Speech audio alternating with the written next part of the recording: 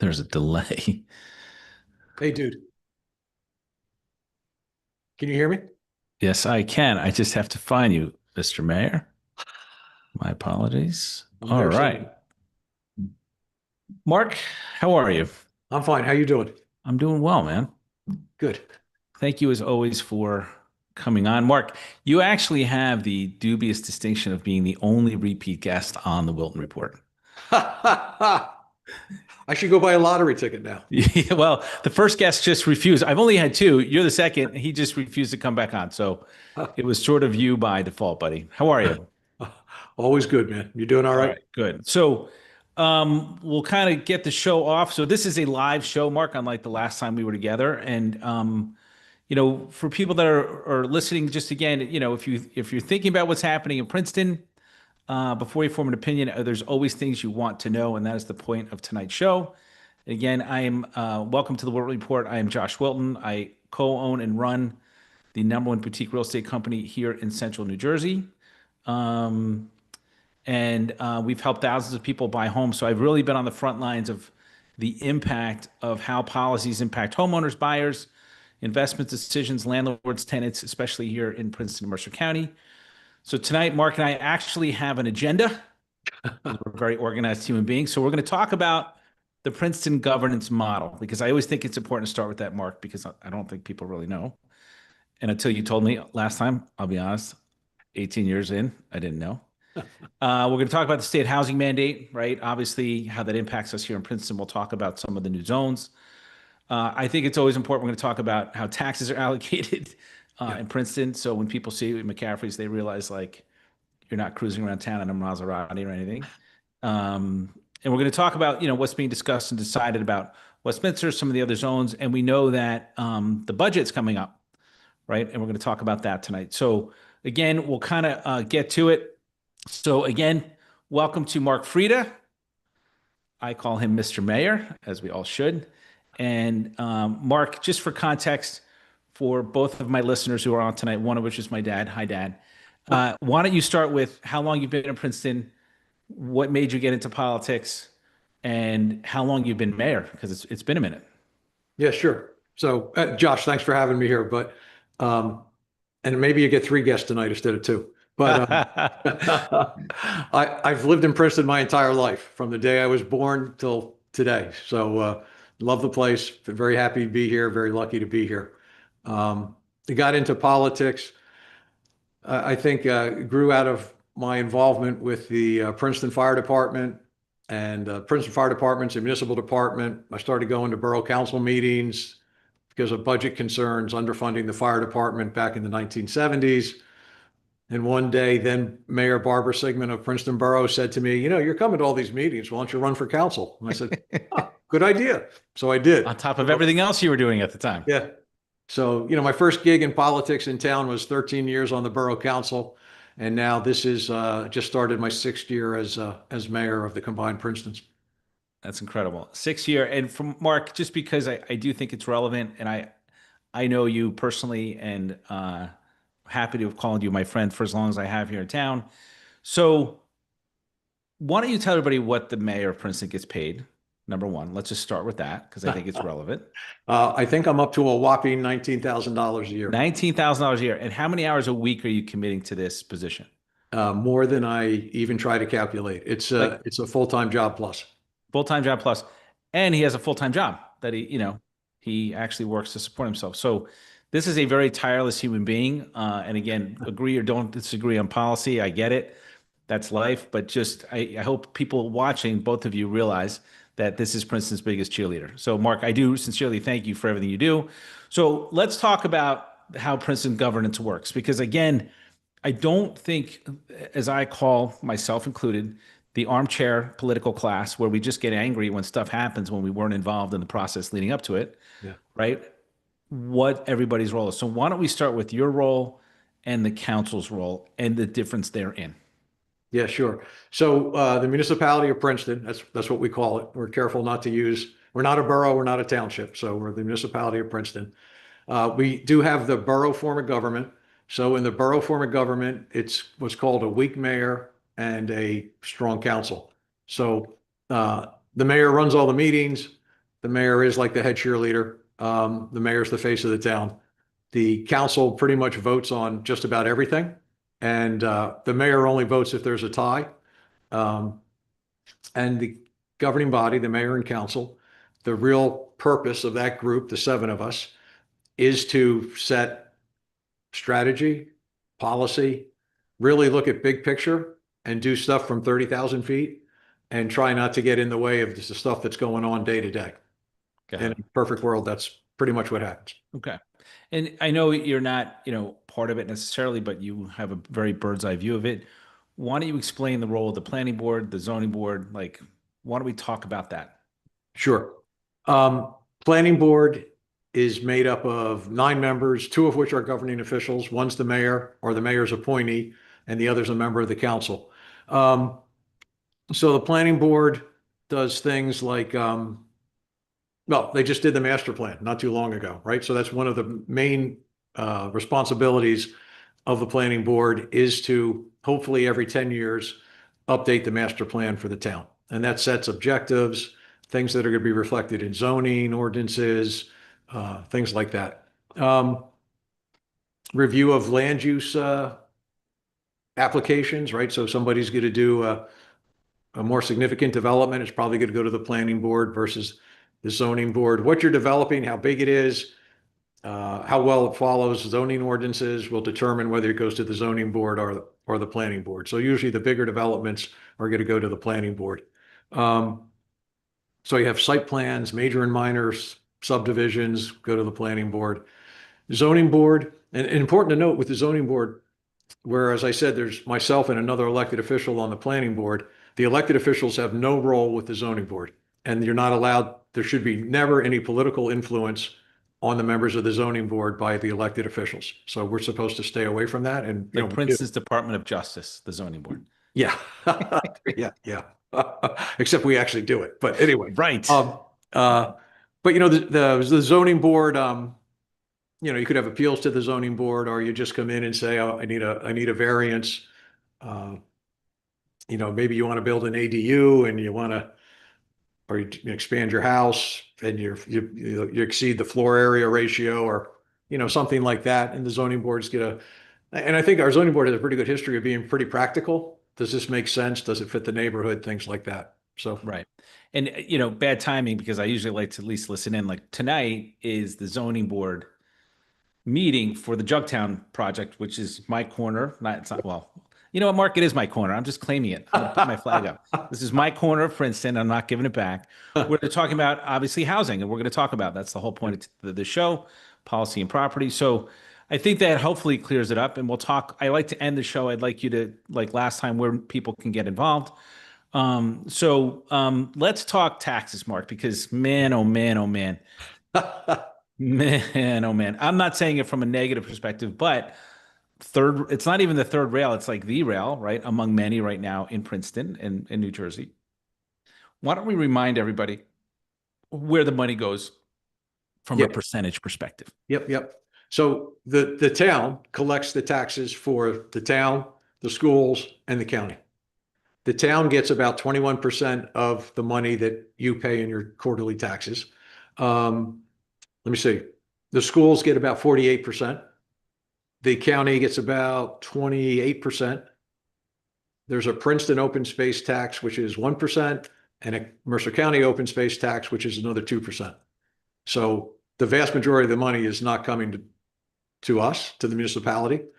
Although, that's where people stop and complain first, is with us, even though it's less than a quarter of the money being paid. Right. So the town gets 21% of every tax dollar collected. Yeah. Not if you put in the open space, it's 22. Sorry, 22. 22. Fine. Well, right. But it's not like that's not going, that 1% tax isn't going to the workings of the town. It's a different allocation, right? That's correct. So let's talk some state level housing, right? Because I know you are involved with mayors throughout the state, and obviously, again, I always say this, but it's from a selfish perspective. You're sleeping under a rock if you don't realize that housing is probably the biggest topic nationally that we're seeing, housing affordability. And then in New Jersey, why are they building all these apartments? They're ruining the state, and all of those things And one of the things that you and I chatted about was let's take a step back. And I've talked about this many times in the show. Let's talk about the state housing mandate, right? And then we'll sort of move into what Princeton's doing to stay ahead of it, and the builders who want maybe to take advantage of it. Yeah. Yeah. So, back in 1974, Mount Laurel decision in New Jersey, people sued the town of Mount Laurel because they had zoning in place that pretty much said, okay, we're going to make sure by size of the lots and other requirements that unless you're at a certain economic level, you're never going to be able to buy property in this town. So that set a whole wheel in motion. Just recently, we put in for our fourth round obligation with the state. Each round is a 10-year period. So we just started the fourth round, just ended the third round. Our obligation for the fourth round is 364 units. So we have gotten state approval on a plan that lists a whole number of different sites and talks about here's how we're going to provide the number of units. And I think the important point, Josh, is how do the units get built? More importantly, how are they paid for? So, Yeah. right? So there's only a few ways to do it. If you build a development that's all affordable housing units, there are tax credits, things like that, that you can try to get funding from the state to help you with that development. So that's one way to build, to pay for it. Another way to pay for it is that the town, our town, any town, says, all right, we're going to build something, and we're just going to say to the taxpayers, we're going to build X number of units. It's going to cost 10, 20, 30, 40 million, and we're just throwing it on top of the tax And I bill. think we might want to add here, we're going to build something because we have to, Correct. not because we feel like it. And I think there's a Well, definite, yeah, but I'd say this. Princeton has a really good track record on providing housing for people at every level. I yeah. mean, the first affordable housing in Princeton was built in 1939. So, we go way back. So I think from around 1939 up to probably around 2000, Princeton was really a model for here's how you do affordable housing. Um, and a little bit after that, probably not so much, but we're back into it now. We'll go past But that. yeah, but what's really happened across the state though is the way people pay for these developments now is okay, Josh, you're Mr. Big Developer. We'll go to you and say, hey, I need 20 affordable housing units. And you say, fine, I'm happy to build them for you. But in order to make my development work, I have to build 80 market rate units to get your 20. So I'm going to build 100 units, 20 are affordable, and 80 are market rate. And the income I get on the market rate will let me will allow me to afford to do the 20 affordables. So that 80-20 split is pretty much what the courts in New Jersey have agreed is the split that you should get. Personally, I'm like, well, wait a minute. The vast majority of these units are rental units. If you're the developer, you can increase your rent year after year after year. So I don't know that 80-20 split is really fair. So probably more 30-70, 60-40, somewhere in there might make more sense. Plus, the problem with that 80-20 split is the density you generate. Not every place, not every town in New Jersey is going to say, oh, I got this big swath of open space. There's nothing there. And oh, next to it's a major road and there's plenty of sewer capacity and all this and no big deal. And it is a big deal almost every time you build a development is how Yeah. do I do the infrastructure? How do I do the roads? How much density am I adding? How many people might go into the schools? How much traffic? And the system for building affordable housing pretty much ignores most of that. And that's a drawback. Right. The other big drawback, I think, is that it's ironic to me. You tell every town, build affordable housing. But oh, by the way, you can't give any preference to anybody that lives in your town. So the very people that you hope will stay in your town, especially in Princeton, because the properties are so expensive now, you have families that have lived here for generations that keep getting priced out, but you can't directly help them. So, every municipality is in part of a 3-county area. You have to market to that area.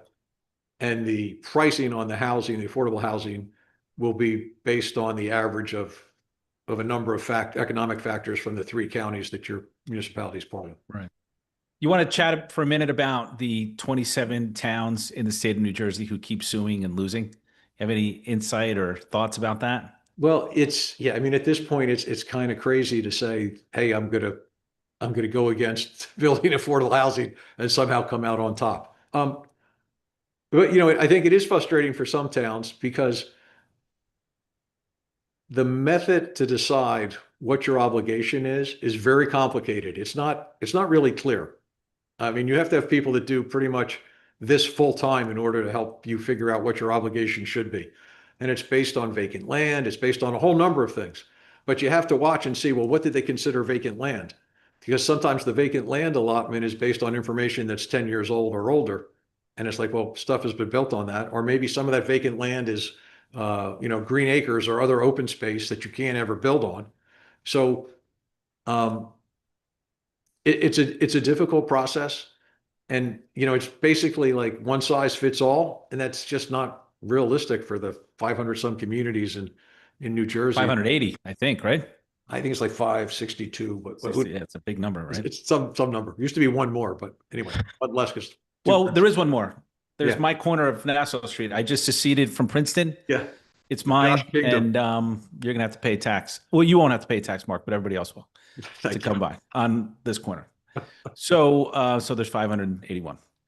So let's talk about what you guys are doing to comply with the state law, because you guys obviously the new plan was approved, Yeah. and there's going to be, and again, this is where people get, reactive, because it's the human condition to react. They're ruining the town and all of these things. So we'll kind of run through it. And I ran through it on last week's show, and I'll link to it again, but there's going to be development right here in this corner. There's going to be development at your old fire station on Hook and Ladder, right? Which I was a member of with you. Yes. There's going to development at the Jewish Center, where two of my kids went to nursery school. We develop it on Spruce, I think by Maggie's Park, if I'm not mistaken, Yep. right? Yep. Right. So there's going to be development there. So there's a lot that's happening, and I'm a member of town, and I say, geez, Louise, you guys are just ruining the town. Yeah. So I think what people have to understand is that we are trying to do the best we can. It's all about trying to find a balance. I mean, I think we've been pretty good at finding the balance. If you look at the developments that have been built, so let's take it some of the larger ones that have been recently built. So on either side of the shop, one in the shopping center, on the southern end of the shopping center, closer to Clearview Avenue, Avalon Bay. Don't know that I'm a huge fan of having that in the shopping center. Probably could have been done a little bit nicer. But it's a pretty nice building, and the units, are rented out very quickly. Yeah. Yeah. I mean, so I don't know where all these people are coming from, but there's really no problem filling these units. The market rate and the affordables. Right. At the other end, It's interesting. People, because, we're in the real estate space, what does it mean? And I generally say, look, those apartment buildings are filled with people who want to buy your house.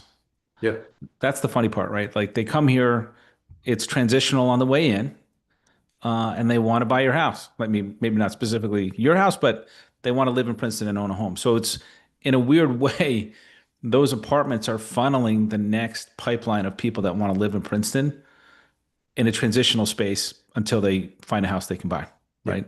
yeah, And then on the way out, it's, I do have a lot of senior clients who are using that as transitional to sell their house, yeah, rent for a year, decide where they want to go. I was just talking to a friend of mine today. He's just at that point. Kids are gone, got to rent a couple years, make some decisions. So it's a transitional space in and out of town. yeah. But let's talk about Milburn, right? And we have a question. Okay, so my amazing director of all things social is here. So the question on YouTube is, Josh just ran all rental only. It seems to me that what we really need in Princeton is homes to buy. There are already too many. so the question is, are all the units that we just talked about are all rentals? and they're not building anything to buy. And I mean, I can fill that one if you want, Mark. The answer, unfortunately, is yes. Well, For yeah, the for most everything part, that's I mean, built so far. there is the townhouses being built on But Tirhune, the right? ones on Terhune next to the wind development, Yeah. be a number of those that are for sale. Yeah. There's about 15 to 20 townhouses. Yeah. So, but I think the point is, like, I was talking to a builder today who's going to build a project on Nassau Street. And, last year they were going to build condos and this year they're building apartments. And I was like, ugh, that stinks because to the point, it's just there's less pegs on the equity ladder for people to get in town, right? It is prohibitive and it's not going to improve at any given point. So unfortunately, for the most part, yeah, they're all rentals, Yeah, right? I mean, the vast majority is rental. Although I will say that on the parking lot on Franklin Avenue that used to be adjacent to the hospital, now to the Avalon Bay Hmm. there. On that parking lot, we are slated to build another development. And what our hope is, and I think it's going to work out, is that half the units will be affordable and the other half will be missing middle, working class, whatever, Market rate, yeah. yeah, whatever. Well, no, it won't be market rate. Market rate. I mean, yeah, the different It'll be peg of lower than housing. more. Yeah. I mean, typically what's happening now, market rate is top of the market, but we're looking to find that middle section because that middle, as you know, I mean, you're the real estate guy, but that middle section has been pretty much wiped out in Princeton. So Yeah, we want to provide some of that housing because you want people that just have a normal job to be able to still yeah, work in this town and live in this town. yeah. It was interesting. There's a data point I look at. 20 years ago, there was over 250, 280 single family homes in Princeton sold under $1 million. Hmm. Last year, I think it was 30. Yeah. And I'm pretty sure like three of them didn't have a roof, you Yeah. know?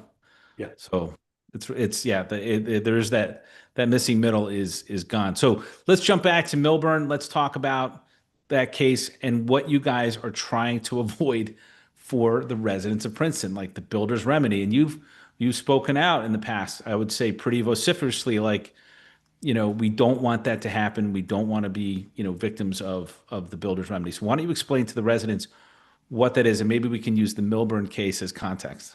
Yeah. So, I mean, to try to put it succinctly, if a town does not act according to the directives of like, here's your obligation, and you just try to ignore it, and you're not doing anything to meaningfully build your obligation, a developer can come in and go to the courts and just say, okay, X town is not doing anything. It's clear they're not going to do it. So I, as a developer, am going to be a really good guy. I'm going to come in and I'll build blah, blah, blah number of units. And I want you, the courts, to agree with me. And the courts can say, yeah, forget your zoning. Your zoning is of no consequence to us. This developer is going to come in and we agree. So where normally you might have built 200 units, he's going to build 639 units. And you know what? We think that's okay. And that's a real And problem. they appoint an outside special master to oversee that project. Yeah. Yeah. It basically usurps any local authority. And one of the things people are for and against housing, for and against the apartments and all these things. But what I struggle to communicate, and this one of the things we wanted to talk about tonight, is that you and the council are trying to stay ahead of exactly that issue, Yes. Yes. Because right? no matter what people think of what has been done or is proposed to be built right now, builder's remedy would definitely, nobody would be happy with that. They'd be looking at us going, what the heck did you do to us? Why did you allow this to happen? Why did you allow this to happen? From what I understand from people in Milburn, because they just really just pushed hard against everything, that's exactly what's happening. Like the residents of Milburn are like, we had a plan. What happened? And now it's out of their hands. So yeah, it's just, I know, I watch the work that you guys do and agree or disagree with the council and the mayor and what they're trying to do. They're trying to preserve local control for governance with regards to real estate policy. So, you want to chat about Westminster, which I think was the coup of the decades too short, coup of like a lot of years, like Yeah. an amazing context. So, just for context, for those of you who are not in Princeton, Westminster Choir College is located, I would say in the heart of Princeton. Like it's really very close to almost the middle of town. It's a beautiful site. Used to be the home of the Westminster Choir College. We're not going to get into what happened there. Ultimately, the Choir College lost control of it. And now, through eminent domain, which generally speaking I'm against, you guys got control of it. And I have to say, selfishly, I think it's pretty awesome. Any insights as to what might be coming at the Westminster campus? I realize there's nothing finalized yet. Yeah, nothing finalized yet. We still have an outside consultant helping us with some planning options. We still hope that at some point the schools in Princeton will say to us, hey, we could use part of that campus and here's how we would use it. Or maybe they'll say, no, you know what? We really don't want to use part of it.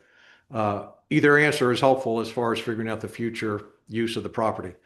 McCarter Theater has expressed an interest in Yeah. 3 buildings. And if they get there's a program called 𝐂𝐎𝐍𝐶𝐄𝐓. There's a cafe grant program that if McCarter's lucky enough to get that, they're going to buy a piece of the choir college property, which will bring some income to us, which is a good thing, but allow them to expand a lot of their programming and things, which would be great for the community also. Yeah. So I know I was talking just today to Council President Michelle Perone Lambros about, hey, we need to have a work session, which we'll probably do in late March, just to talk to people. Here's where we are in our planning process. Here's a whole bunch of things that could happen. No decisions to be made. It's just basically, let's have a talk about this. Where might we be headed?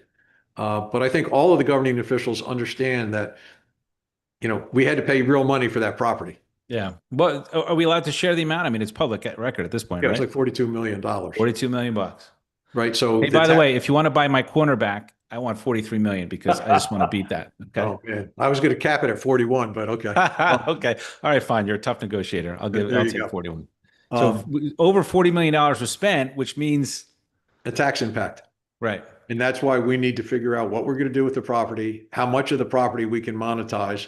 Right. And again, it's going to be another balance thing because people are so happy that we were able to figure out a way. And trust me, it took a lot of work for us to find this solution where we were able to buy the property, which I firmly believe is in the best interest of this community long term.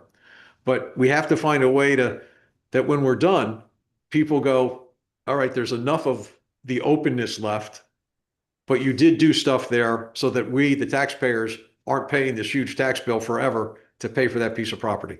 Right. So that's where we're headed is how do we. And I know, one of the things, Mark, I will say, like, you're very vocal about, like, let's get to it. And I know you've said that specifically about the Westminster parcel. Yeah. I know you were probably, I don't know if it's fair to say, but I'm going to say it, you were probably the most instrumental person in pulling this off, which the plans that were being considered there, oh my Lord, like, people would have been, pitchforks and torches. It would have been pretty bad scene here in Princeton, right? So the fact that you pulled it off is amazing. And I will give you kudos for saying, look, we got to monetize it, figure it out, because that tax bill is going to hit people pretty hard. Yes, it is. Right? Pretty hard. Yeah. So let's talk budget. So you got a budget coming up. It's always a fun topic.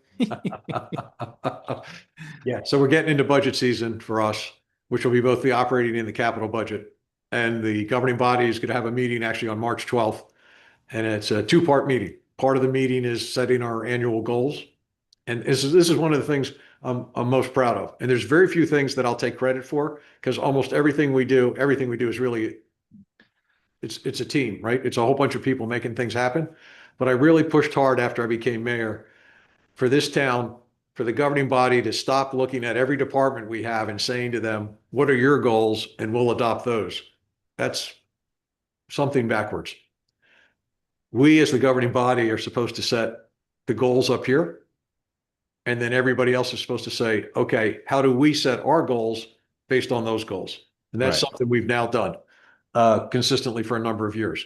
So anyway, March 12th, we'll be looking at the goals for this year. And then the other part of that meeting is going to be looking at what is currently the 6-year capital plan and just starting to talk about it because the dollar cost, the tax impact of everything on that 6-year plan, there's no way we're ever going to do it all. We can't afford it. The tax impact is way too much. So we need to go to the next step, which is let's set some priorities. Let's figure what are things that have to be done, which things, probably should be done, but maybe not immediate. And then which things are just kind of, well, that'd be great, but what's the value? So, this is the next logical step. We got the goal setting down.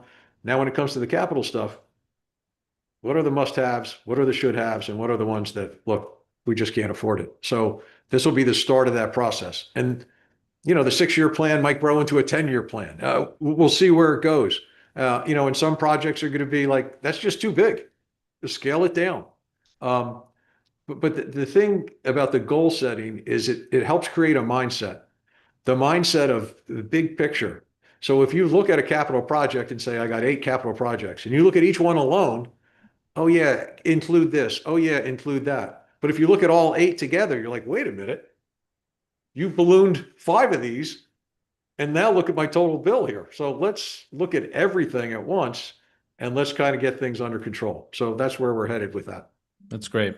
Yeah, and it's refreshing to hear you say that because I know it was very backwards in this town for a long time. Like everybody had such autonomy. You're like, well, who's calling the shots here? Yeah. It's Mark Freda's calling the shots. Well, I wish I could say that, but I can say it, Mark. It's my show. I could say whatever I want. Yeah, it's you, me, and my dad listening no matter right now, so don't worry about it. True or not, it is. But yeah. So it's one of my personal bugaboos. I will be good in asking the question. Any news about streamlining all the historic zones in Princeton, the 21 or 22 zones? I know we talked about that last time you were on the show. Any news or update on that? Yeah. So the town has, the 2 towns combined January 1 of 2013. Right. The zoning codes of the 2 towns are 2 separate codes. So you come in and say, hey, I want to put an addition on my house. And the first thing we got to figure out is are you in the former borough or the former township? So we have never been able to combine the zoning codes. We finally went out last year and hired a professional firm that does this. And it's a very complicated process. It'll probably take them like 2 years, give or take. It could take longer. We'll see, to combine everything and come up with a realistic, zoning code.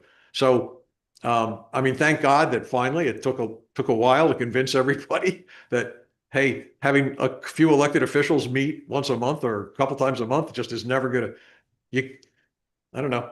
For 12 years, you weren't able to figure it out. Let's go hire somebody that does this every day and let's get this done. So anyway, that's a huge step forward. That's good. That's good. Yeah. And it's not like we're in the middle of the biggest bottleneck of housing need ever. And it's just like, streamlining a little bit. Yeah. And it's kind of crazy because, you live on one side of the street and I live on the other side across from you, hypothetically, and I can do something and you can't do it, or vice versa. So it's like, come on, and that will definitely be something that makes a lot of people happy and a lot of people unhappy. But I guess that's policy and property. I mean, that's just what happens when, you're in governance. And the one thing I will say about, Princeton, it is not only is it a desirable place for people to live, but the level of engagement is pretty high in this town. Yeah, it is.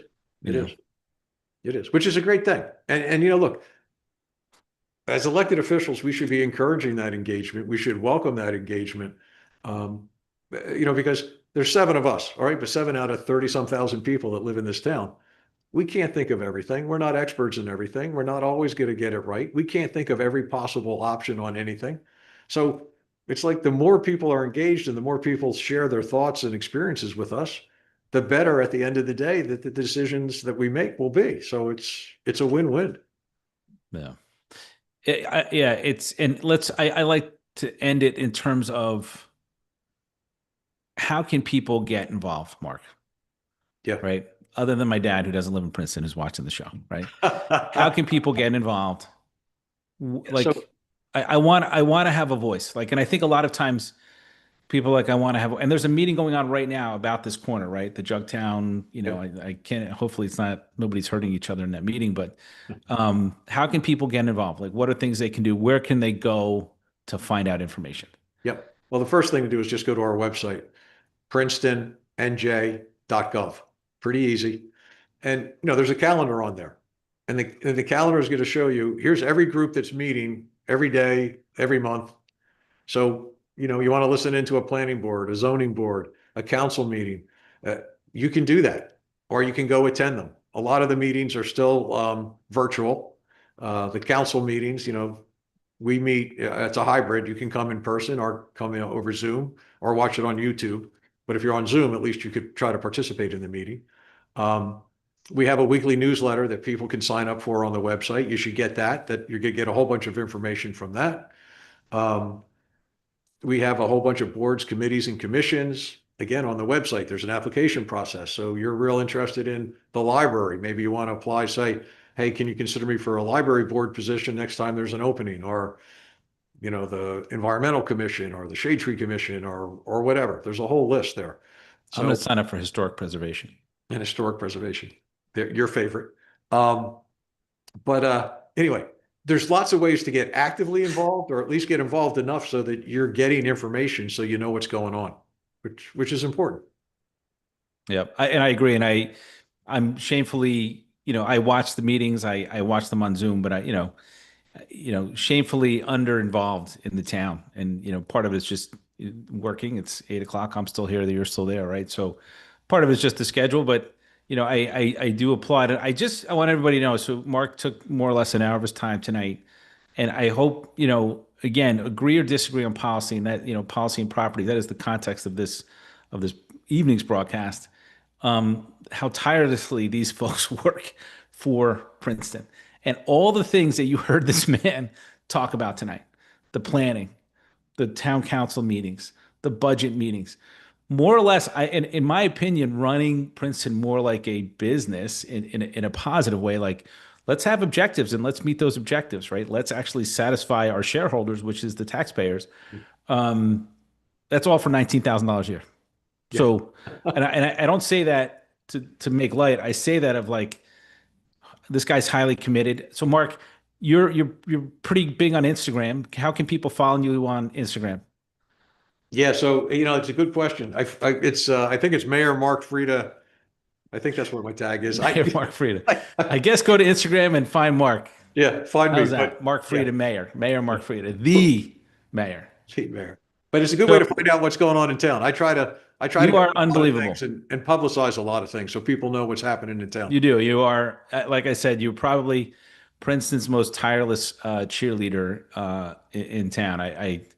I watch you and I wonder when you sleep, if at all. You know, sleep's a bad habit. So your Instagram is now in the chat for folks watching it and or watching it later. Thank you. You can find it there, and someone said, "Thank you, Mr. Mayor."